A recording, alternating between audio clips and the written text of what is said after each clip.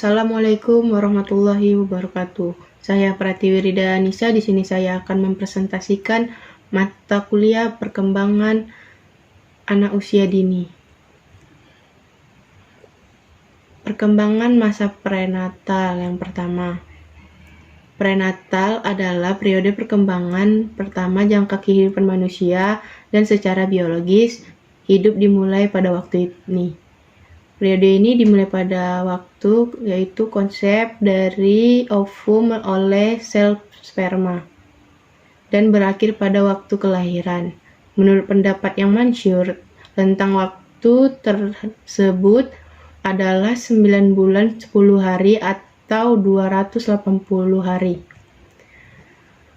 Pada bulan pertama, yaitu 10 hari setelah konsep sel telur yang telah dibuahi, embrio akan bergerak turun dari ujung sel telur menuju rahim dan akhirnya memendamkan diri ke dinding rahim. Yang kedua, pada bulan kedua, pada usia ini, tulang punggung, sistem saraf, otak melalui perkembangan dan diikuti dengan pertumbuhan tonjolan jantung.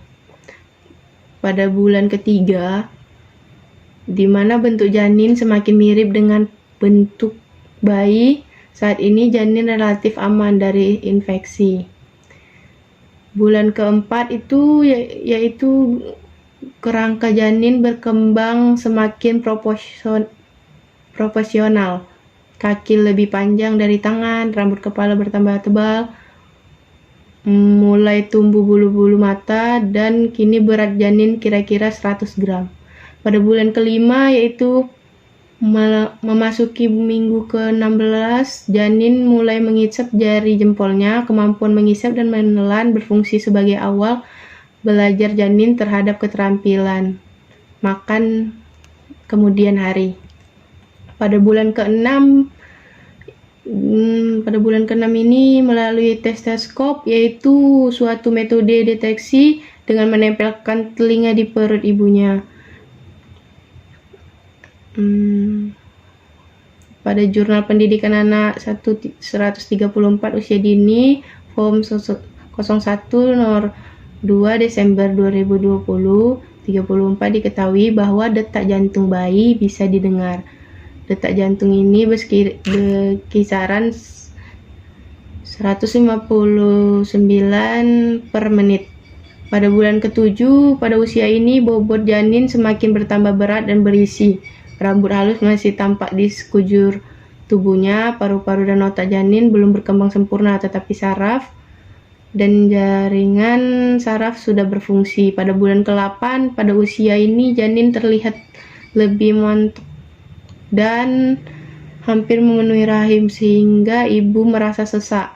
Gerak-gerakan bayi mulai terbatas dan tidak bisa lagi jungkir balik dalam rahim. Pada bulan ke-9, pada bulan terakhir periode ini, penambahan lemak sebanyak 14 kali setiap harinya yang dibawa permukaan kulit panjang rambut sekitar 5 cm. Ada keterbatasan tempat rahim membuat bayi jarang bergerak. Selanjutnya, faktor-faktor yang mempengaruhi perkembangan prenatal. Yang pertama itu faktor teratogen, yang kedua faktor dari ibu, yang ketiga faktor dari ayah, dan yang keempat itu lingkungan. Selanjutnya, baby blues. Baby blues termasuk depresi ringan yang terjadi pada ibu-ibu setelah melahirkan, di mana ibu ini merasa sedih yang hebat tanpa yang jelas. Penyebab timbulnya baby blues itu disebabkan oleh banyak hal, diantaranya bisa dari faktor biologi dan bisa dari faktor emosional. Perubahan kadar hormon dalam waktu singkat dan tiba-tiba ini salah satu pemicu timbulnya baby blues. Dari banyak hasil pemeriksaan fisik, memang banyak ditemui penyebab baby blues ini adalah karena kelelahan, faktor kelelahan, keletihan yang dialami ibu pada saat proses persalinan. Selanjutnya, ASI eksklusif. ASI eksklusif Makanan pertama yang alami untuk bayi yang baru saja dilahirkan. ASI eksklusif diberikan sejak bayi lahir ke dunia hingga berusia 6 bulan. Menyusui adalah cara yang sangat baik dalam menyediakan makanan ideal bagi tumbuh kembang bayi. Selanjutnya, peran keluarga dalam tumbuh kembang anak. Peran keluarga dalam tumbuh kembang anak berfungsi untuk memastikan anak sehat dan aman, memberikan saran dan prasarana untuk mengembangkan kemampuan sebagian media dalam menambahkan nilai sosial dan budaya sedini mungkin.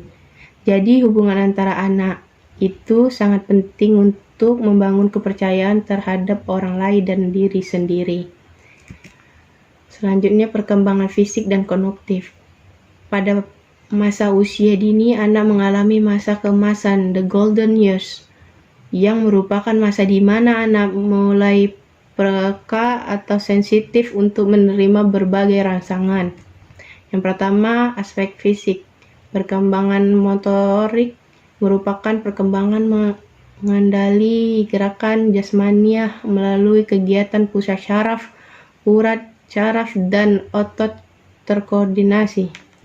Selanjutnya, kognitif. Aspek perkembangan kognitif terhadap perkembangan kognitif sesuai dengan teori Peck adalah tahap 1 sensorik motorik usia 0 sampai 2 tahun. Pada masa ini kemampuan anak terbatas pada gerakan-gerakan refleks, bahasa awal, waktu sekarang dan yang dekat saja.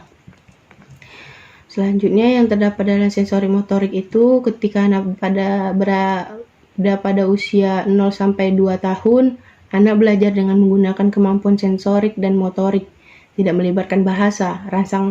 Rangsangan kognitif bersumber dari keinginan anak mengenali lingkungan. Fase ini anak berespon dengan gerakan refleks atau skemi yang sudah terbentuk. Anak mulai membentuk representasi mental, mengingatkan kejadian-kejadiannya dan pikirannya, dan menyelesaikan masalah dengan uji coba dalam pikirannya. Sekian dari saya, terima kasih.